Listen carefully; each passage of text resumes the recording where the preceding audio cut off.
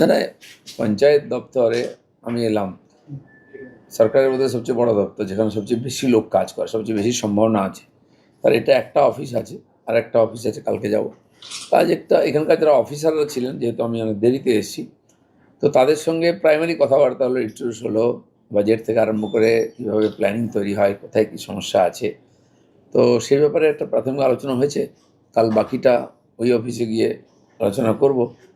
তো এইটুকুই হলো, ইন্ট্রোডিউস হলো আর কি আমাদের যারা অফিসার আছেন তাদের সঙ্গে। পঞ্চায়েত দপ্তর এমন একটা দপ্তর যেখানে রাজ্য সরকারের একটা গুরুত্বপূর্ণ জায়গা, সেই জায়গায় আপনি এই দপ্তরটাকে কিভাবে সাজাতে চান? হ্যাঁ, দেখুন, এখানে একটা সমস্যা, অনেকদিন রিক্রুটমেন্ট হয়নি, এমপ্লয়ি নেই।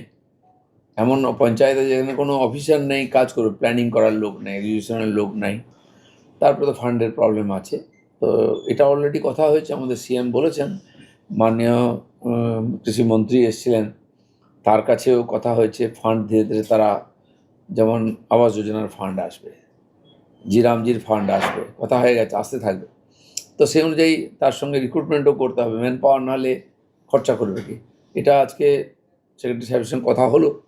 তো সেই অনুযায়ী আগামী ক্যাবিনেট মিটিংয়ে যখন বিষয় উঠবে, আমি বিষয়টা রাখবো যে তাড়াতাড়ি ম্যান পাওয়ার চাই, লোক চাই, টাকা চাই, নাহলে কাজই হবে না। পঞ্চায়েত না চলে গ্রামের বিকাশ হবেই না। তো সেটা আমি আজকে বোঝার চেষ্টা করলাম, খানিকটা আবার একটু বসতে হবে, সময় লাগবে একটু, কিন্তু আমরা তাড়াতাড়ি এই ব্যাপারে কাজ শুরু করবো। না, গাফিলতি তো পুরোটাই আছে, ম্যান পাওয়ার রিক্রুটমেন্টই হয়নি।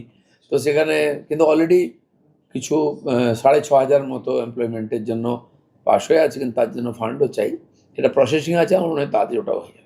যারা আপনার দপ্তরে কাজ করেছেন এখনো করবেন, তাদের কিভাবে উদ্বুদ্ধ করলেন এবং কি বলবেন? হ্যাঁ, প্রথমত ওনাদের কথা আমি শুনলাম যে কীভাবে কাজ চলছে, সমস্যা কোথায় আছে, কী কী হওয়া উচিত।